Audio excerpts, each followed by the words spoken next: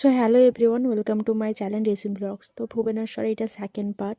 তো ফার্স্ট পার্টটা আমি অলরেডি আমার ডিসক্রিপশনে অ্যাড করে দিয়েছি, আর যারা যারা দেখোনি তারা অবশ্যই দেখে নিও। তো ভোর ভোর উঠে বাবা চলে গেছে লাইন দেওয়ার জন্য। আমরাকে বলে দিয়ে গেছে যে রেডি হয়ে থাকবি, আমি যখন কল করব তখন চলে যাবি হসপিটাল।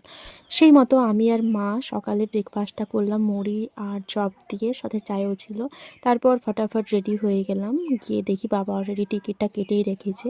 যেহেতু আমি জেনারেল মেডিসিনে দেখাচ্ছি, তো 77, তো বেশি দেরি ছিল না, তো তাড়াতাড়ি হয়ে গেল এবং রিপোর্টও পেয়ে গেলাম। তো সেখান থেকে আমাকে ট্রান্সফার করলো গাইনিকের কাছে। তো ট্রান্সফার করার পরে আমার নাম্বারিং হয়েছিল 191। তো যেহেতু দেরি ছিল তাই ভাবলাম যে কিছু খাবার খেয়ে নেওয়া যাক। তো বাবা ইডলি এনে দিয়েছিল, সেই ইডলিটাই বসে বসে খেলাম। তারপর আবার ঘুরে লাইন দিলাম, লাইনে দেওয়ার পরে কিছুক্ষণ পর আমার নাম ডাকলো এবং ফাইনালি আমার নাম্বার চলে এসেছিলো, আমি দেখে নিলাম।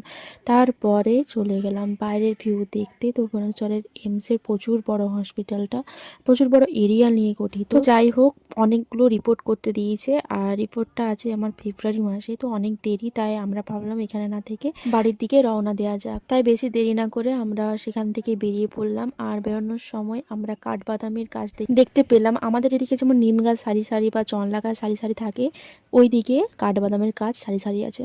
তারপর আমরা লাঞ্চ করতে গেলাম। সেই 70 টাকার ডিম ভাতই খেয়েছিলাম, কিন্তু আজকে একটা নতুন ডিশ ছিল, যেটা ছিল বেগুন দই। খাওয়া দাওয়ার পর আমরা বাস স্টপেজে গেলাম, ভুবনেশ্বরের বাস স্টপেজে। আর সেই বাসগুলো প্রচুর ভিড় ছিল, তো আমরা বাসের জন্য অপেক্ষা করতে করতে ফাইনালি আমাদের বাস চলে এলো এবং আমরা সেই বাসে চড়ে চলে গেলাম ভুবনেশ্বর স্টেশন। তো আমাদের ট্রেন ছিল 9টা। তো আমরা যথারীতি 4টের মধ্যে বা 4:30-এর মধ্যে ভুবনেশ্বর স্টেশন পৌঁছে গিয়েছিলাম। এখন ট্রেনের অবস্থা খুবই খারাপ।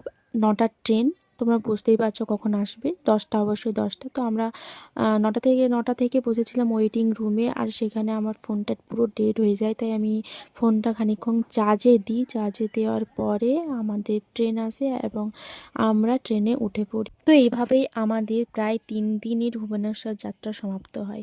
ওকে, বাই।